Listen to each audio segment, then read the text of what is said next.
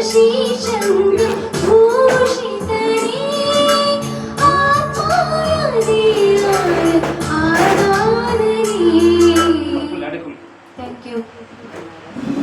Thank you so much. ಅದ್ಭುತವಾದ ಗೀತೆಯನ್ನು ನಾವು ಕೇಳ್ಕೊಂಡು ಬಂದೆವು.